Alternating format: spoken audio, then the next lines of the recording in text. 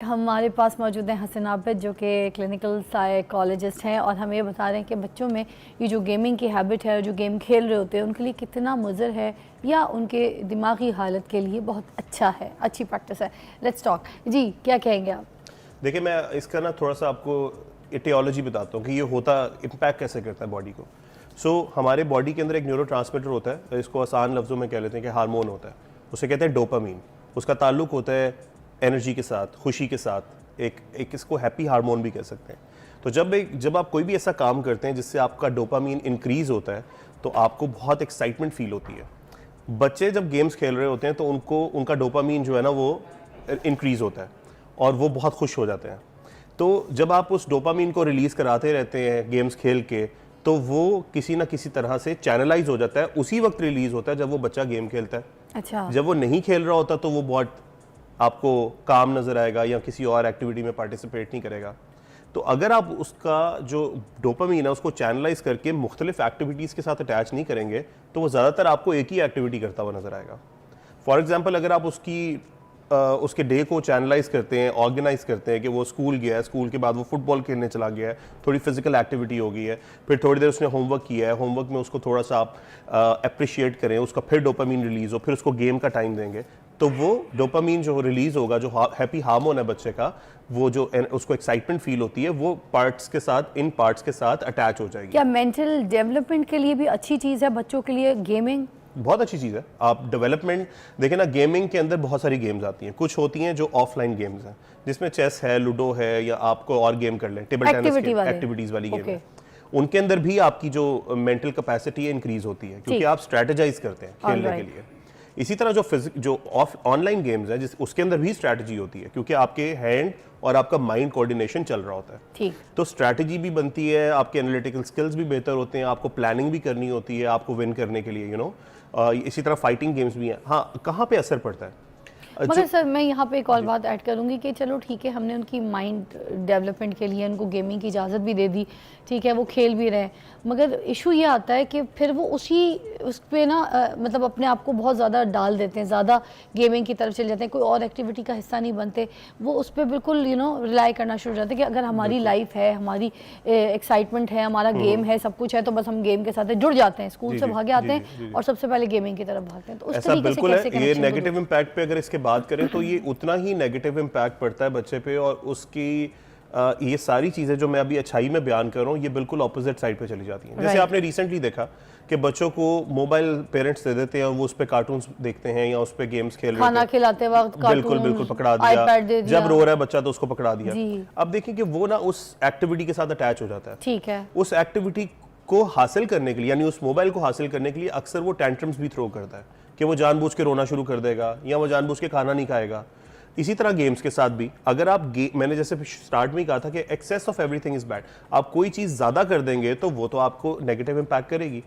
Games के साथ भी यही है। अगर आपने अब 2020 और 2021 की अगर आप बात करें तो आपको याद होगा जो पबजी खेलने वाले जितने स्टूडेंट्स और बच्चे थे, उनके कुछ ऐसे केसेस भी सुनने के लिए आए थे कि उन्होंने अपने माँ बाप को भी मार दिया था, मतलब घर वालों को मार दिया था। पबजी पे बैन भी उसी टाइम पे बहुत बुरी तरीके से लगे, आपको याद होगा। मुझे याद है। तो ये सिचुएशंस भी तो आ गई थी। जी। उसके बारे में क्या कहें? देखिए, मैं आपको उस वक्त भी मैं एक टीवी शो पे आया था और यही बात डिस्कस हो रही थी कि पबजी को बैन करना चाहिए कि नहीं। मैंने इसकी मिसाल ऐसे दी थी कि देखें, बच्चे बाइक यूज़ करना शुरू करते हैं तो वो वन व्हीलिंग करते हैं। जब वो वन व्हीलिंग करते हैं तो वो जो एक्टिविटी गलत कर रहे हैं वो वन व्हीलिंग है, उसकी वजह से आप रोड को नहीं उखाड़ देंगे, मतलब आप रोड को ख़त्म नहीं कर देंगे कि बच्चे वन व्हीलिंग ना करें।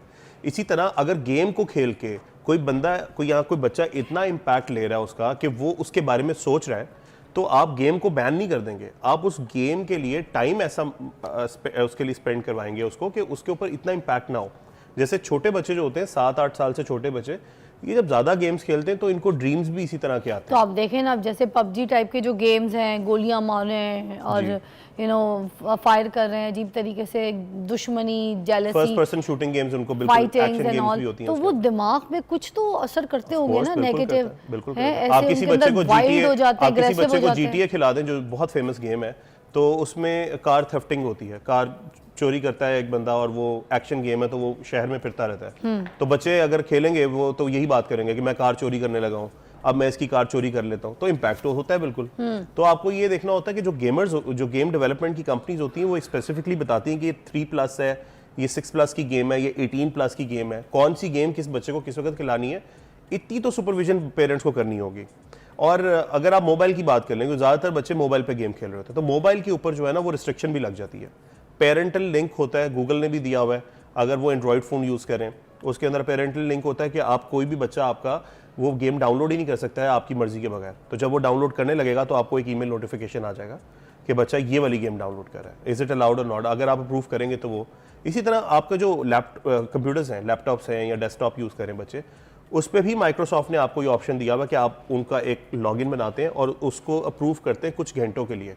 इवन कुछ घंटों के बाद तो आप अलाउ भी नहीं कर सकते बच्चों को कि वो खेल सकें। अच्छा, मेरा तो गूगल अकाउंट एक है फराल के साथ, मेरी 9 साल की बेटी है, तो अगर मेरे से हट के देख भी रही है कोई आईपैड पे कोई ऐसी चीज़ और गलती से भी आ जाए तो वो उसको पता है चीज़ें बुरी है, मगर मैंने फिर भी सुपरविजन रखी होती है क्योंकि मेरे पास सारी वो चीज़ें आ जाती हैं लिस्ट कि ये चीज़ें अभी देखी गई हैं, ये चीज़ें डाउनलोड में है, तो मुझे पता होता है उसके आईपैड पे क्या क्या डाउनलोड हो रहा है, उसका क्या काम हो रहा है। बिल्कुल बिल्कुल। आप बच्चों के साथ देखें, बच्चे आजकल के आप उनसे बात करेंगे ना, लॉजिकली बात करेंगे, उनको बताएंगे कि ये चीज़ नहीं देखनी तो क्यों नहीं देखनी, या ये चीज़ इतनी देर खेलनी है तो क्यों खेलनी है, वो समझ जाएंगे आपकी बात।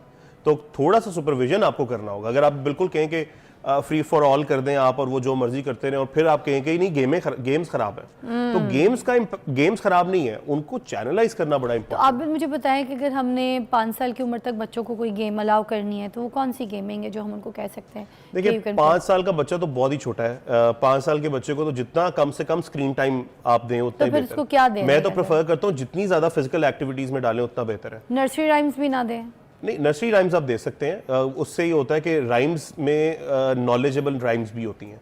जिस तरह बच्चों को आजकल प्ले ग्रुप में ABCD भी राइम्स के साथ सिखाई जाती हैं, तो राइम्स एक डिफरेंट चीज़ है, वो एजुकेशनल पॉइंट ऑफ व्यू से अच्छी है। सबवे सर्फ टाइप के गेम? सबवे सर्फर बच्चों के लिए नहीं है, 5 साल के बच्चों के लिए, वो थोड़े बड़े बच्चों के लिए, क्योंकि उसमें आप एक तो आपकी थंब एक्टिविटी है सारी, ठीक है। दूसरा ये तो छोटे छोटे बच्चे खेल रहे हैं वैसे, वो बिल्कुल खेल तो लेते हैं वो, लेकिन वही वाली बात है कि फिर वो अगर आपने इतनी छोटे लेवल पे उनको इतनी छोटी एज में इस चीज़ के लिए ट्रेन कर दिया तो नेक्स्ट क्या करेंगे आप? आपको पता है एक्सबॉक्स की गेम 10-10, 15-15 साल बाद रिलीज होती है। माइनक्राफ्ट जो गेम है वो भी तो एक स्ट्रेटजी गेम है। मेरे बच्चे खेलते हैं माइनक्राफ्ट, मुझे तो बिल्कुल भी अजीब सी लगती है, मुझे तो समझ नहीं आती, लेकिन उनको बहुत पसंद है वो बिल्डिंग्स बनाना और फिर वो फाइट करना, फिर कभी मतलब मुझे तो उसके ग्राफिक्स ही नहीं समझ आते, पहली बात है। मुझे फर्स्ट पर्सन शूटिंग गेम पसंद है, जैसे एक्शन गेम्स होगी, फार क्राई हो गई या GTA हो गई या मेडल ऑफ ऑनर हो गई या कॉल ऑफ ड्यूटी हो गई, तो बच्चे वो भी खेलते हैं, लेकिन हर किसी की अपनी अपनी पसंद है। मुझे माइनक्राफ्ट नहीं ऐसा इतनी कोई अपील करती, लेकिन बच्चों को करती है। बच्चे और भी बहुत सारी गेम्स ऐसी खेलते हैं जो उनको अपील करती हैं। अच्छा, ये कॉल ऑफ ड्यूटी और PUBG आजकल के दौर में आपको पता है ज़्यादा चल रही है, तो ये किस एज में बच्चों को अलाउ करना है ये वाले गेम्स? अगर मेरा ये ख्याल है कि नॉट लेस देन 12। आप उससे पहले जितना फिजिकली आप बच्चे को फिट रख सकते हैं, क्योंकि आजकल हमारी डाइट बच्चों की जो है और हम लोग भी जो कंज्यूम करते हैं ज़्यादातर फास्ट फूड करते हैं, तो अगर उनके अंदर इस एज में आदत नहीं डालेंगे आप फिजिकल एक्टिविटीज़ की, उनको पसंद ही नहीं आएंगी बड़ी एज में, वो जाएंगे ही नहीं क्रिकेट की तरफ या फुटबॉल की तरफ या टेबल टेनिस बैडमिंटन की तरफ, आप लेके जा ही नहीं सकते उनको मज़ा ही नहीं आएगा, ना उनकी बॉडी रिस्पॉन्ड करेगी वैसे।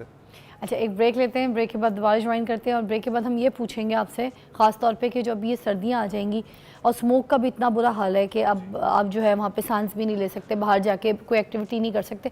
अब जब बच्चों की इस विंटर्स में एक्टिविटी कोई नहीं है तो वो घर बैठ के हमने उनको क्या प्ले टाइम देना है, क्या गेम टाइम देना है, क्या एक्टिविटीज़ देनी है, इस पे ज़रा नज़रसानी कीजिएगा। गेमिंग बच्चों के लिए किस हद तक नुकसानदेह है और कितनी बेहतर है।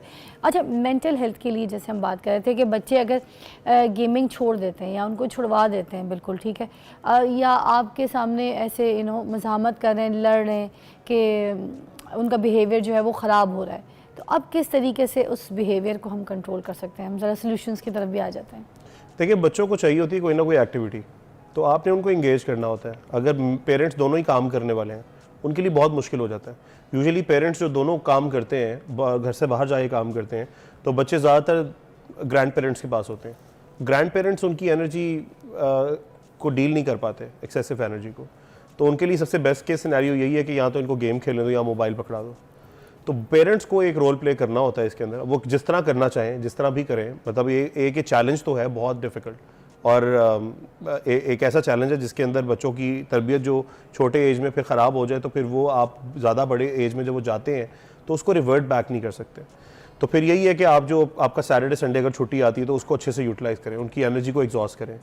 अब बात आती है कि आजकल स्मोक भी है बहुत ज़्यादा, तो आप ऐसे बाहर नहीं लेके जा सकते हैं बच्चों को। वो एक और बहुत बड़ा इशू है जो हमारे मुल्क में सबके साथ फेस करना पड़ रहा है। लोगों को एस्थमा हो रहा है, लोगों की हेल्थ ख़राब हो रही है, उनको लंग्स के इश्यूज़ हो रहे हैं, ब्रोंकाइटिस वगैरह हो रहा है। तो फिर आप घर में क्या कर सकते हैं? आप घर में स्क्रैबल, चेस जैसी गेम्स हैं, टेबल टेनिस की टेबल ले आएँ, आप उनको वहाँ इंगेज करें। कोई एक ऐसी फिजिकल गेम जिसके अंदर वो स्वेट कर रहे हैं, ठीक है, तो वो उनके लिए बहुत ज़्यादा ल्यूक्रेटिव होगी। साइकिलिंग घर में भी की जा सकती है, मतलब घर बाहर तो खैर बच्चे साइकिल चलाते ही हैं, लेकिन जो एक्सरसाइज वाली साइकिल होती है, जिस तरह मैं अभी रिसेंटली ट्रेडमिल एक लेकर आया हूँ घर पे। हालांकि हमारे घर के इर्द गिर्द जिम है, जिम सस्ते भी पड़ते हैं, ट्रेडमिल महंगी होती है, लेकिन जस्ट टू इंगेज देम कि ट्रेडमिल ले आए, तो ट्रेडमिल पे वो अक्सर चिप्स भी खा रहे होते हैं, तो वो ट्रेडमिल पे खड़े होकर खा रहे हैं, ट्रेडमिल चल रही है और वो खा रहे हैं। तो मतलब एक एक्टिविटी है, ठीक है। तो इस तरह के काम उनके साथ किए जा सकते हैं, जिसके अंदर आप अच्छा कुछ ऐसे हैं क्लब्स हैं जहाँ पे आप उनको ले जाएं, आप उनको थोड़ी सी बो एंड एरो यूज़ करना सिखाएं। स्विमिंग के लिए आप लेके जा सकते हैं, जैसे पंजाब लाहौर की अगर बात करें तो पंजाब का स्विमिंग पूल है, वहाँ लेके ले जाएं आप पंजाब कॉम्प्लेक्स में। तो कोई फिजिकल एक्टिविटी में जब तक आप उनको नहीं करेंगे, आप एक दफ़ा करके देखें, एक रूटीन फॉलो करें, बच्चा आपका एग्जॉस्ट हो जाएगा, वो जल्दी सो जाएगा।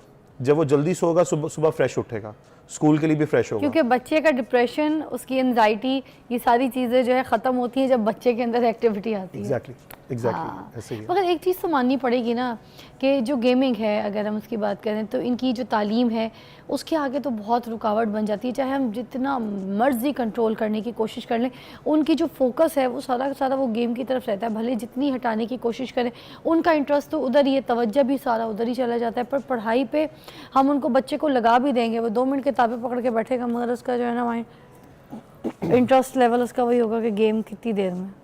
ऐसे आप ये देखें कि जब कभी इंटरनेशनल ट्रैवल, जैसे आप भी करती हैं, मैं भी इंटरनेशनल ट्रैवल पे जाऊं, बहुत सारे बच्चे इंटरनेशनल ट्रैवल पे अपने पेरेंट्स के साथ, फैमिली के साथ आए होते हैं, वो गेम खेल रहे होते हैं मोबाइल पे। इसका क्या मतलब है कि वो गेम के साथ ज़्यादा अटैच्ड है। उनके लिए वो जो इतना पैसा खर्च किया है उनके पेरेंट्स ने, उनको बाहर लेके आए हैं, उनके लिए वो ज़्यादा मैटर नहीं करता। तो सारी की सारी बात ये है कि आपने अपने बच्चे को कैसे ग्रूम किया है, आपने उसको किन चीज़ों की आदत डाली है। अगर आप खाने की भी बात कर लें, कोई ऐसी चीज़ आप उसको खिलाते हैं और डेली बेसिस पे खिलाते हैं, उसके टेस्ट बर्ड्स डेवलप हो जाएंगे। आपकी बात बड़ी अच्छी है, बल्कि मैंने फराल को 2-3 बार बोली है, कभी गाड़ी में बैठ के आईपैड या कोई फ़ोन यूज़ कर लेना तो मैं उसको फ़ौरन छीन के उसको ये कहती हूँ, अरे देखो तो सही, तुम्हें बाहर लेकर आई हूँ, देखो हम बाहर फिर रहे हैं, देखो ये क्या चीज़ बाहर। कहती क्या देखूँ, ना पहाड़ है, ना लेक है, ना बोट है, मैं क्या देखूँ।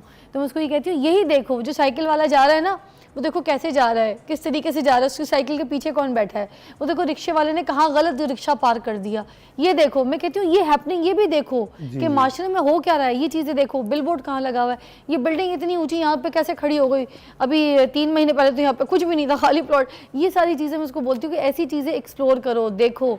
देखिए ये सारा डिपेंड करता है कि आपने अपने बच्चे की साइकी कैसे डेवलप की है। एक चीज़ है, जैसे मैं आपको मिसाल के तौर पे बताता हूँ कि आप गाड़ी में जा रहे हैं अपने बच्चे के साथ और एक कोई मांगने वाला आया है, आपने अपने बच्चे के सामने उसको पैसे पकड़ा दिए, बच्चे ने पूछा बाबा आपने क्यों पैसे दिए, आप कह दें कि ये मांगने वाला था तो मैंने पैसे दे दिए। दूसरा क्या है, आपको उनको कहते हैं कि क्योंकि अल्लाह ताला ने हमें ज़्यादा पैसे दिए हैं और अल्लाह ताला ने कहा है कि जो एक्सेसिव पैसे मैं आपको दे रहा हूँ उससे आप लोगों की हेल्प करें। अब दोनों में काम आपने एक ही किया है, लेकिन जो उसके पीछे एक आपने साइकी डेवलप की है बच्चे की, उनमें से कौन सी साइकी को वो कैसे अडॉप्ट करेगा। अगर आप उसने पहली वाली को अडॉप्ट कर लिया तो उसके माइंड में सारा वक्त यही रहेगा सारी ज़िंदगी कि लोग जो है वो मांगते हैं। एक बात, बल्कि मैं यहाँ पे आपकी, क्योंकि प्रोग्राम का टाइम ख़त्म हो गया, आपने बहुत अच्छा हमें एलैबोरेट भी किया इस गेमिंग वाले सेगमेंट को, मगर मैं एक और बात आखिरी में जाते जाते एलैबोरेट करूँगी कि ये जो मांगने वाली बात आबिद साहब ने यहाँ पे की, अगर हम अब किसी को देखते हैं कि कोई बच्चा जूते पॉलिश कर रहा है, कोई कचरा उठा रहा है, कूड़ा उठा रहा है, झाड़ू दे रहा है, कोई ऐसे बच्चे जो इस तरह के मजदूर लेबर तबके में आ जाते हैं और वो ये सब इस तरीके के काम कर रहे हैं, उनके हाथ में किताबें नहीं और वो भीख मांग रहे हैं, तो अपने बच्चों के सामने उनको जलील करके या फिर अपने बच्चों को जलील करके ये मत बोलें कि देख लो अगर तुम पढ़ोगे लिखोगे नहीं तो ये बनोगे, तुम्हारा ये हाल होगा। ऐसे ना बोला करें, बच्चों को ये बोला करें कि मैं तुम्हें पढ़ा रही हूँ, लिखा रही हूँ, तो मैं चाहती हूँ तुम कुछ बन जाओ ताकि इनके लिए कुछ कर सको, इन जैसे बच्चों के लिए कुछ काम कर सको। Thank you. Take a break, will be right back. Thank you so much.